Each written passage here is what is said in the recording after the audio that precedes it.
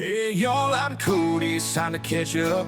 Grab your headphones and fill your cup. Sports and life, I've got stories to share. Sit back, relax like you just don't care.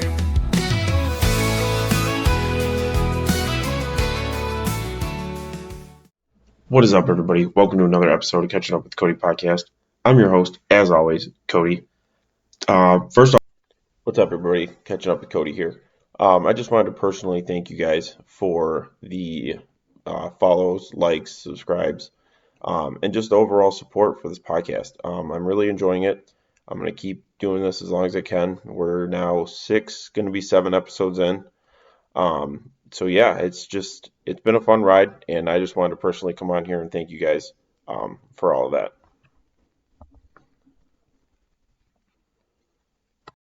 We're going to talk more today about the life side of things. I know the last couple podcasts have been more sports related, Detroit Lions related, stuff like that. But we're going to talk about mental health, types of mental health. We're going to go through what each one is, a couple stats on it. Tough topic to talk about, but it definitely needs to be talked about in general. So we're going to get into it. I'm going to do a quick definition here of mental health. So it is the condition of someone's mind, and that's from Webster Dictionary themselves. I experience a little bit of mental health myself. I feel like it's more anxiety related than anything else. Sometimes here and there, I do put myself after everybody else. I do put people before myself. And sometimes, it's a good thing, but also a bad thing, because in the end, you are the most important yourself. And you need to make sure you're in check and everything like that before making sure everybody else is good. So let's dive into the types now of mental health. First one is depression, which is the mood characterized by varying degrees of sadness, despair, and loneliness.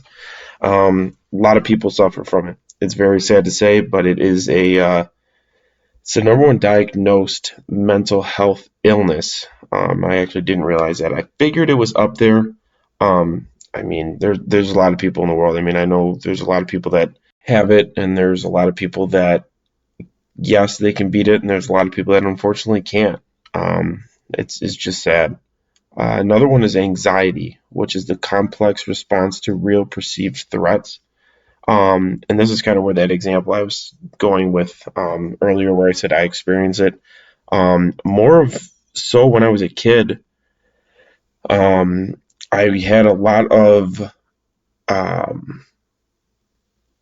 anxiety as far as, like, when I would go to school and everything, I would need to make sure my parents were home all the time and make sure they were home after work, school and everything like that. So I had a separation anxiety from a really young age. Obviously, it got better over the years. Elementary school and middle school were the worst. Had it a little bit in high school, more of my freshman year, but not as bad as when I was a kid. Again, like I said, everybody does have, I feel, some sort of mental health that they are dealing with, whether it be like these two we talked about, depression or anxiety. And I fall into the anxiety category, sometimes the depression category. The last one that we're going to talk about is PTSD, which is post-traumatic stress disorder. It's a mental disorder as a battle of fatigue occurring after a traumatic event. Now, a lot of people I know would characterize this with military, first responders, and stuff like that. That is a big key. I was looking at some statistics on that one. And yes, it does occur in mostly those two categories, the military and first responders, which is kind of sad to say.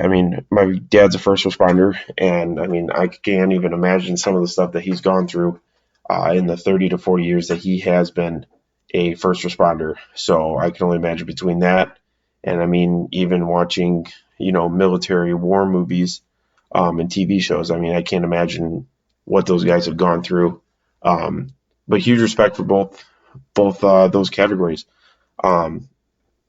It takes a special person to do both, whether it be firemen, police, EMS, Army, Marines, Air Force, any of them. I mean, you got to be a special person, and I respect all of them very well. So let's go back to the mental health. Little some stats here. Um, and this is kind of an opinion thing, kind of not. I feel like men's mental health does get pushed under the rug more often than not. I just feel like there's a lot of people that are just like, you're told to man up, be tough. Um, but yeah, I mean, mental health isn't just singular. It's not just for a singular group of people. I mean, it goes across all people. I mean, looking at the statistic here for depression, I mean, 6 million men per year suffer from depression. Um, so I mean, it's a thing as bad as it is, but it's I feel like it's not talked about as much because I feel like, and I've fallen into this category where I feel like more men hide their emotions. I know I've done that before. Sometimes, either I've had a bad day at work and I just kind of zone into it and try to just not make it happen. But I mean, yeah, I mean it's a major thing, and it definitely needs to be talked about. More people are talking about it than before. I know there's a UFC fighter that last year or 2 years ago, after every fight and press conference, he would mention mental health, and yeah, it's just something that needs to be talked about a little bit more. Like I said, I mean, mental health in general is an important topic, and as a male, I just feel that the quick little thing here that men's mental health um, is important as well. Some symptoms of depression is feeling sad, tired, can't sleep, or sleep too much.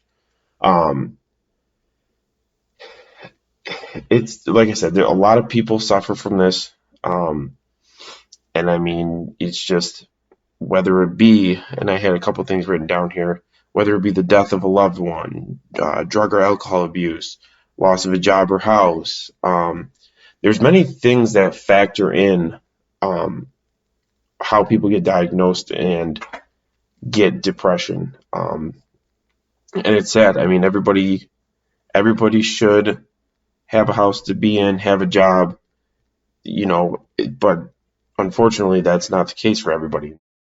Again, I'm going to go back to I've had a couple uncles that have passed away that, not that I've been in a super depressed state, but I mean, that does it puts you down because young, old, either way, it's tough to lose a loved one. And then the last one, I don't know if it's really like a statistic, but I feel like seasonal depression. I know a lot of people talk about that. And I feel like that's kind of the depression area that I fall under. Because summertime, it's light out from 7 in the morning till almost 9:30 at night. Whereas now in the winter times where we're at, you get up and it's dark, go to work, and you come home in the dark. So to me, winter is always a tough season because of that reason. I just feel like there's just not enough time. I mean, obviously there is. It just doesn't feel like it with the time difference. Again, the weather, the how dark it is. Like I said, it's pretty much dark when you go to work, dark when you come home. I mean, you just got to make the most of it. So, but and like I said before, depression is the number one diagnosed mental illness. 280 million people have it, and just 21 million people in the U.S. alone. So that's a huge number. I mean, I wish it was zero, but it never will be. Um, and another sad statistic I saw, because I kind of fall just outside of the age bracket, but not by much. 18.6% of people diagnosed with depression are between 18 and 25 years old. You're graduated high school, you're trying to find a job, you are in college trying to figure out your career, trying to figure out your future, trying to buy a house, relationships.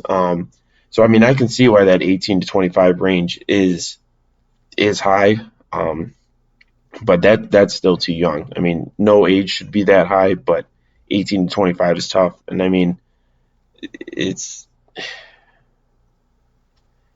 since 2013 that's rose. I mean that it's up to 33% since 2013. So unfortunately, it's not getting any better. I mean, obviously, we have the better medicine and everything like that to hopefully help people, but I mean, 33% increase is not. That's just not good. Um, so back to talking PTSD again here. 60% of men will be diagnosed with PTSD, and then 50% of women. Um, that's a high number on both. I mean, they said currently there is 13 million people that have PTSD.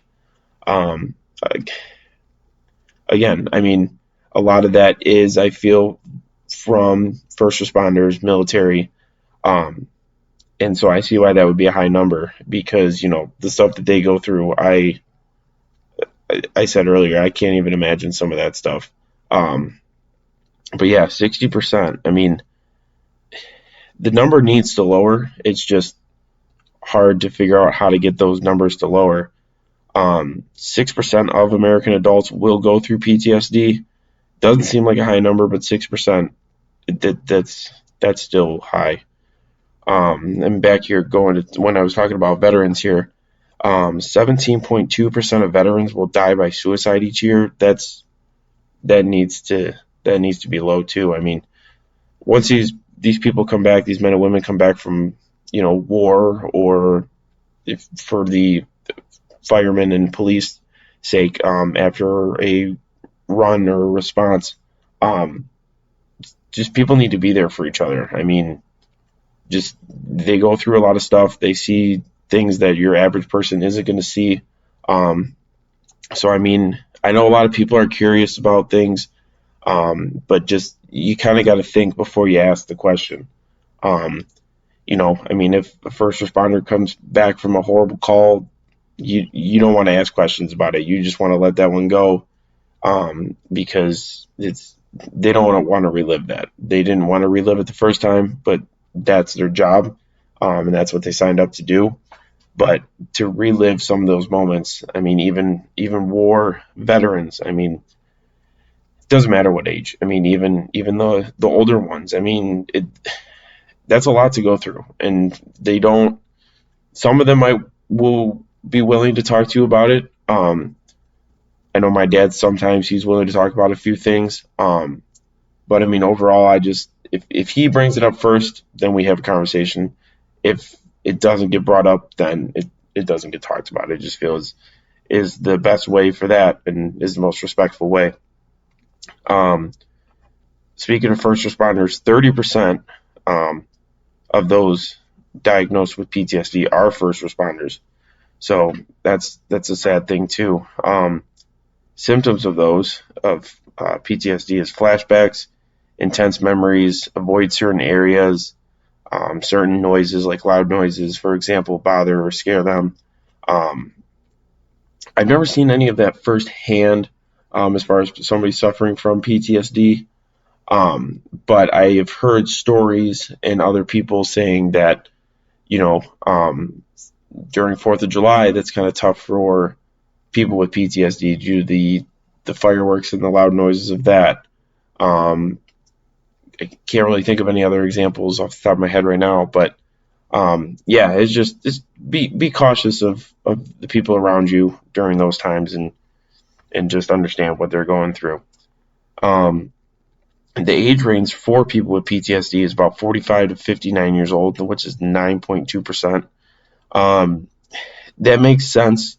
Obviously, the younger kids that are going into the Army and everything like that and Special Forces. Um, but I mean, most of your PTSD, I feel like, doesn't happen until you're out of it, which a lot of these people are in there for, 30 to 40 years, which does put them at that 45 to 59%, 45 to 59 age range. Sorry. Um, so yeah, just respect is just number one, really. And let them if they want to talk about the things happening and the issues that they've seen, then that's fine. But I wouldn't personally bring that up to them. So, and then the last thing I want to round out is anxiety here. 43% of adults are more anxious than the previous year. I know it's partially the world we live in, and it's just, people are going to be anxious about everything, and I get that. It's a sad thing. Between bills or where their next meal is going to be or if they're going to have a roof over their head. A lot of things will cause anxiety. Like I said, mine was very minor, as is it was just a separation anxiety. But I do suffer a little bit of anxiety as far as making sure I'm, making everybody happy, making enough time for everybody, and just making sure that I have a good life and that everybody around me has a good life. So, and again, I fall into this age bracket here, and I know a lot of people that listen to my podcast follow under this age bracket too. 18 to 29-year-olds struggle the most with anxiety. Again, that goes back to just graduating school, looking for a career, and just trying to get their adult life started. So, like I said, not the happiest podcast this week, but it was on my mind actually all of last week. I actually kind of made some notes while I was at work and at home, and that's kind of where I came up with. I think this should be a topic that I talk about this week, and if anybody's dealing with any of this stuff and wants somebody to talk to, I'm more than willing to listen and help as best as I can. But yeah, if anybody suffers from any of this stuff, just I know it's easier said than done, but just reach out to somebody, talk to somebody. Or if you know somebody's suffering from this, like I said, a simple "how's it going" text or call goes a long way. I know that I try to text some people every once in a while and how they're doing and making sure they're all good. So just like I said, and I think this was probably my first or second episode that I said this, just look out for each other. We're all here for one reason. We're just trying to live a good, fun life. And yeah, just look out for each other, be kind to each other, and we can make the world a really good place. So thank you guys for listening this week, and hope you liked it. Like I said, a little on the sad side. I apologize on that, but just felt like it was a topic that needed to be talked about. So again, thank you guys for listening, and thanks for catching up with Cody. Have a good night. Grab your headphones and fill your cup. Sports and life, I've got stories to share. Sit back, relax like you just don't care.